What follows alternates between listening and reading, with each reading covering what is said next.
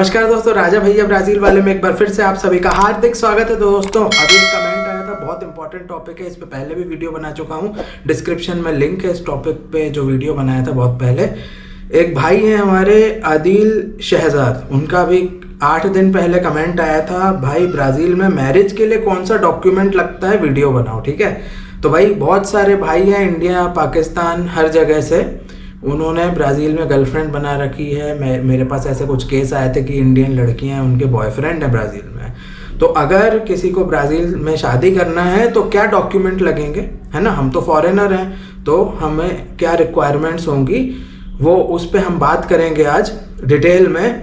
तो क्या डॉक्यूमेंट लगेंगे, मैरिज के लिए डॉक्यूमेंट अलग लगते हैं, मैरिज के बाद पीआर अप्लाई करोगे तो उसके लिए डॉक्यूमेंट अलग लगेगा। तो अभी आज हम अपने मेन मुद्दे पे बात कर रहे हैं कि मैरिज के लिए क्या डॉक्यूमेंट लगेंगे, पीआर के लिए क्या लगेंगे, वो कई बार वीडियो बना चुके हैं, आगे भी लेके आएंगे। तो मैरिज के लिए क्या डॉक्यूमेंट लगेंगे वो मैं सब बता देता हूँ। एक तो आपका बर्थ सर्टिफिकेट लगता है, नंबर 1। अगर आप डाइवोर्स्ड हो तो आपका बर्थ सर्टिफिकेट नहीं लगेगा, फिर ओरिजिनल मैरिज सर्टिफिकेट लगेगा और उसके साथ डाइवोर्स सर्टिफिकेट लगेगा। तो बर्थ सर्टिफिकेट उस केस में ही लगेगा। अगर आप अनमैरिड हैं, कभी शादी नहीं हुई, तो बर्थ सर्टिफिकेट सीन में आ जाता है। ठीक है, फिर सेम है, अगर आप विडो हैं तो फिर वही होगा, आपका ओरिजिनल मैरिज सर्टिफिकेट लगेगा और साथ में आपके जो स्पाउस हैं उनका डेथ सर्टिफिकेट।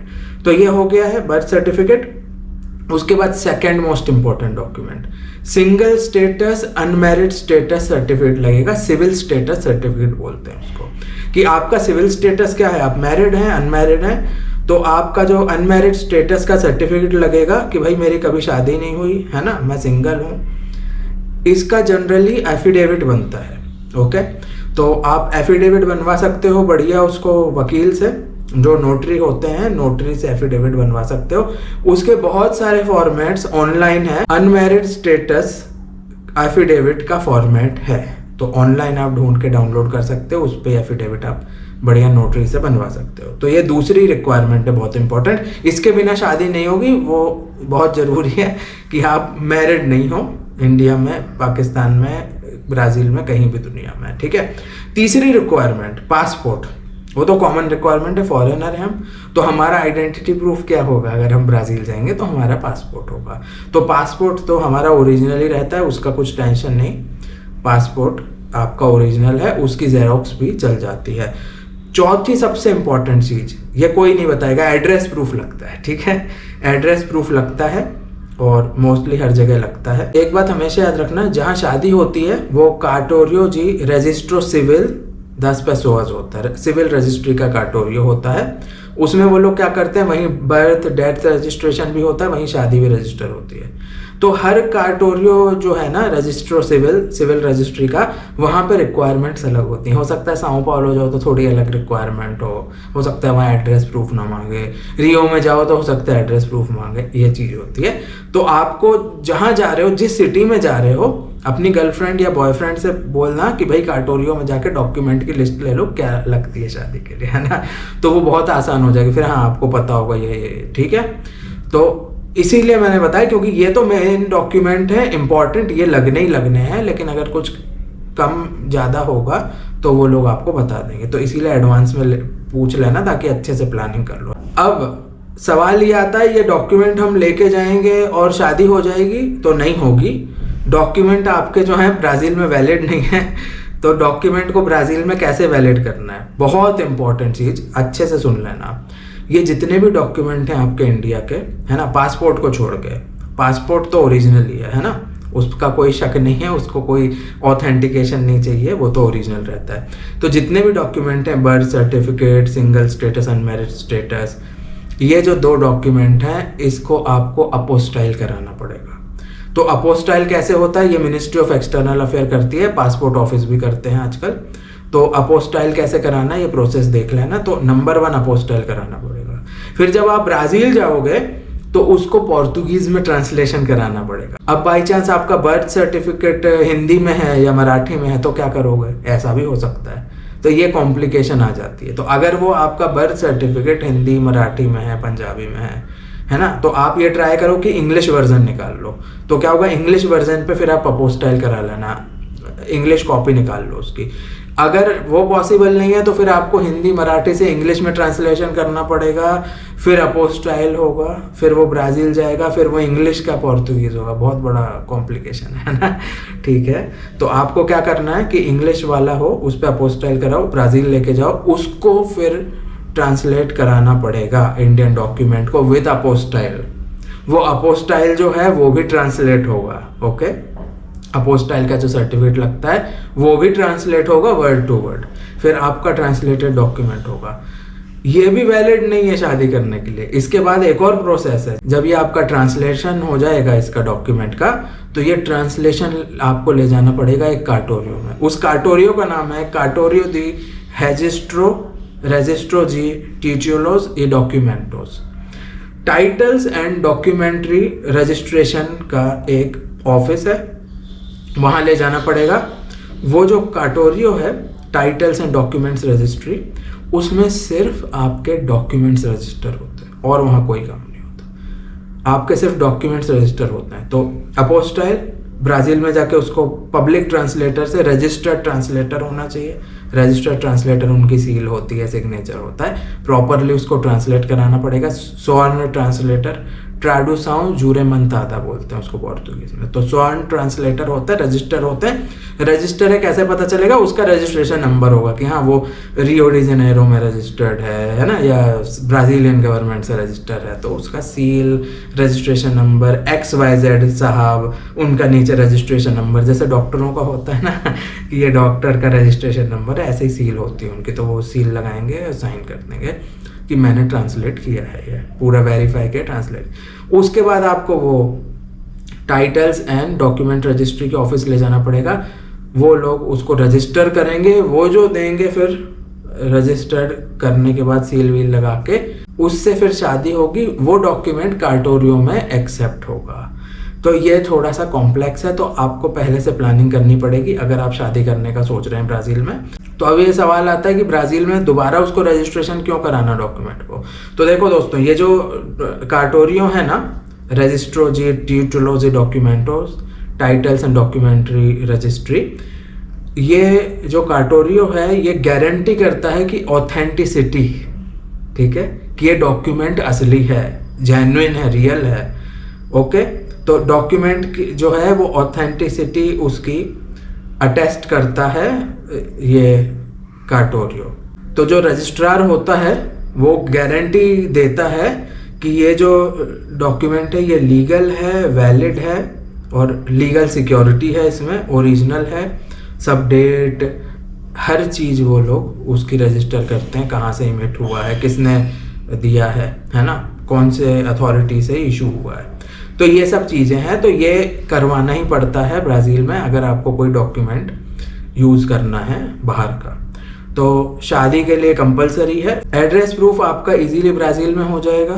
तो उसमें क्या करना है आपको, पोस्ट पेड सिम खरीद लो। पोस्ट पेड सिम खरीदोगे 1 महीने में बिल आ जाएगा, है ना, वो वैलिड रहता है ना। तो जो पोस्ट पेड का जो बिल है वो वैलिड रहता है। इंडिया में कई बार क्या होता है, टेलीफोन बिल वैलिड नहीं रहता, वो बोलते हैं गैस बिल, लाइट बिल, है ना, जो गवर्नमेंट ऑथराइज्ड जो एजेंसीज हैं उनके बिल वैलिड है।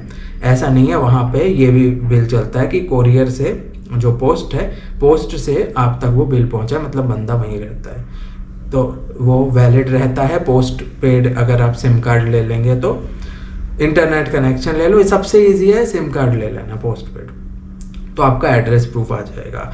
बहुत इंपॉर्टेंट चीज़ एक बता रहा हूँ, एड्रेस प्रूफ जो है ना आपका और आपकी गर्लफ्रेंड का अलग नहीं हो सकता, ठीक है। अगर ब्राज़ीलियन शादी करेगा तो एक बार समझ में आता है ना, तो सेम ही होना चाहिए, वो बेटर है। और कैसा रहता है, जब फेडरल पुलिस में जाओगे ना शादी के लिए तो तुम अलग अलग भी दे सकते हो, नो इशू, क्योंकि ऐसा नहीं है कि अगर मान लो मैं किराए पे कहीं रह रहा हूँ और मेरी गर्लफ्रेंड है तो मुझे उसी के साथ रहना तभी शादी होगी, ऐसा नहीं। शादी में अलग अलग चल सकता है, दैट्स ओके, उसमें कुछ इशू नहीं है। लेकिन जब वीज़ा अप्लाई करने जाओगे तो वो अलग नहीं होना चाहिए, फेडरल पुलिस अरेस्ट कर लेगी आपको, वहाँ फोर्जरी का केस बन जाता है। क्योंकि अगर मैं शादी कर रहा हूँ एक लड़की के साथ तो मेरा और उसका एड्रेस प्रूफ अलग कैसे होगा, मतलब शादी हो चुकी है, PR अप्लाई कर रहे हैं, ठीक है। तो अगर मैंने शादी करी है या किसी ने शादी करी तो वो लोग अलग क्यों रहेंगे।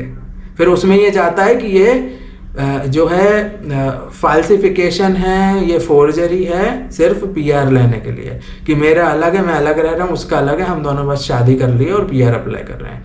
तो शादी के बाद जब आप अप्लाई करने जाएंगे ना, तो आप दोनों का एड्रेस प्रूफ सेम होना चाहिए, तब जाके कुछ होगा, तब पीआर आपको मिलेगा। नहीं तो उसमें फिर बहुत सारे फॉरेनर्स अरेस्ट हो गए, और वो फोर्जरी वाले ही केस थे, क्योंकि वो एजेंट के थ्रू गए थे। फिर मैं बता रहा हूँ, एजेंट के थ्रू मत जाना, आपको बहुत गंदा फंसाएंगे। फिर वो लोग लड़की अरेंज करते हैं, फिर वो आपको जो है ना पैसे दोगे आप, ठीक है, वो सब लफड़े नहीं करना है हमें, कुछ भी गलत काम नहीं करना। ये बात गलत काम करने या ना करने की नहीं है, इसमें आप फालतू में फंस जाओगे फॉरेन कंट्री में ऐसा क्यों काम करना जिससे हमें ही नुकसान हो, हमें ही परेशानी हो, ये बात होती है। यहाँ लीगल इलीगल की बात नहीं है, ऐसा काम हमें क्यों करना जिसमें हम परेशान हो, हम फंसे, हमें कुछ इशू हो, ठीक है। तो जब आप पीआर अप्लाई करने जाएंगे तो उसमें एड्रेस प्रूफ आप दोनों का सेम होना चाहिए, दोनों का एड्रेस प्रूफ होना चाहिए, और दोनों का एड्रेस दोनों में सेम होना चाहिए। तो दोस्तों ये थे कंपलसरी डॉक्यूमेंट जो लगेंगे अगर आपको ब्राज़ील में शादी करनी है। Birth certificate, single status, passport, address proof. आपके जो गर्लफ्रेंड है या बॉयफ्रेंड है उसका भी वही लगेगा, फिर वहाँ लोकल उनके आइडेंटिटी कार्ड आ जाते हैं, एड्रेस प्रूफ होगा ही होगा, है ना, और फिर वही उन पे भी लागू होगा। बर्थ सर्टिफिकेट अनमैरिड हो, अगर मैरिड हो तो फिर वही है, आपका डाइवोर्स सर्टिफिकेट होना चाहिए।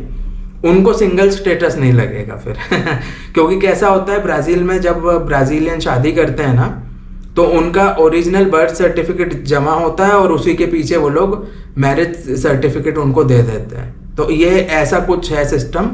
तो उसमें क्या होता है कि फिर वहाँ पे वही हो जाता है कि मैरिज सर्टिफिकेट होगा, अगर डाइवोर्स होगा तो उसी में डाइवोर्स का नोट आ जाएगा, ऐसा सिस्टम है। तो उनको सिंगल स्टेटस ब्राज़ीलियन को नहीं लगता, ये फॉरेन को लगता है, फॉरेनर को, है ना, कि हम भाई इंडिया में या पाकिस्तान में सिंगल थे, ठीक है दोस्तों। तो बहुत सरल तरीका है, बहुत इजी तरीका है। आपको अपनी गर्लफ्रेंड या बॉयफ्रेंड से बात करना है और उनको कहना भाई सिविल रजिस्ट्री में जाओ और क्या डॉक्यूमेंट लगते हैं पूछ लेना, तो फिर उस हिसाब से आप प्लानिंग कर सकते हो दोनों। और पहले से प्लानिंग करना अच्छा है, क्योंकि क्या होता है फिर आप वहाँ जाओगे, आपको बहुत सारे इश्यूज होंगे, फिर ढूंढते रहोगे, वीज़ा भी कम होता है, 3 महीने का ही होता है। तो इस वजह से सबसे अच्छा तरीका यही है कि आप पहले से ही जो है प्लानिंग कर लो और सारे डॉक्यूमेंट यहाँ से पक्के करके ले जाओ, वहाँ जाके ट्रांसलेट कराओ, रजिस्टर कराओ, शादी करो। शादी का जो है वहाँ कैसा है, कई जगह 1 महीने का नोटिस होता है, 1 महीने का नोटिस देना ही पड़ता है, मतलब आप रजिस्टर करोगे उसके 1 महीने बाद आप शादी कर सकते हो। कई जगह जो है अलग अलग रहता है, कहीं 2-3 महीने बाद कर सकते हो, कहीं वो लोग ये कहते हैं कि हम रजिस्ट्रेशन करवा दो, हम आपको कॉल करेंगे, आपको कॉल आएगा हमारा, तो फिर वो कॉल हो सकता है 2-3 महीने बाद आए, ठीक है। तो ये चीज़ होती है, तो कहीं 1 महीने में हो जाती है, कहीं 2-3 महीने लगते हैं, तो वो सब चीज़ें आप देख लेना। और ये जो रजिस्ट्री कराना है ना वहाँ डॉक्यूमेंट्स की, उसकी भी अलग अलग फीस है। रियो डी जेनेरो में तो भाई बहुत हाई है, भाई बहुत ज़्यादा हाई। जिन लोगों ने शादी की थी ना उन लोगों ने बताई थी बहुत ज़्यादा हाई। डॉक्यूमेंट्स रजिस्टर कराने के 2-3 हज़ार रियल लग गए थे, ठीक है ओके। दूसरे जो स्टेट्स हैं ना, जैसे साओ पाउलो है, वहाँ कोई छोटा सा सिटी है ना, कुर्तिबा है, वहाँ कम होगा। तो ये हो गया, कहीं बिल्कुल सस्ता है, 100 रियाल पर डॉक्यूमेंट लगेगा, है ना, 50 रियाल पर डॉक्यूमेंट, कहीं 500 रियाल पर डॉक्यूमेंट भी है। तो वो place to place, location to location depend करता है। तो दोस्तों वीडियो कैसा लगा, जानकारी कैसी लगी, आप शादी करने वाले हो ब्राज़ील में, कर चुके हो, कमेंट करके बताइए। और कोई टॉपिक पे वीडियो चाहते हैं वो भी कमेंट करिए, उस टॉपिक पे वीडियो आ जाएगा। वीडियो देखने के लिए बहुत बहुत धन्यवाद। जय हिंद, भारत माता की जय, वंदे मातरम।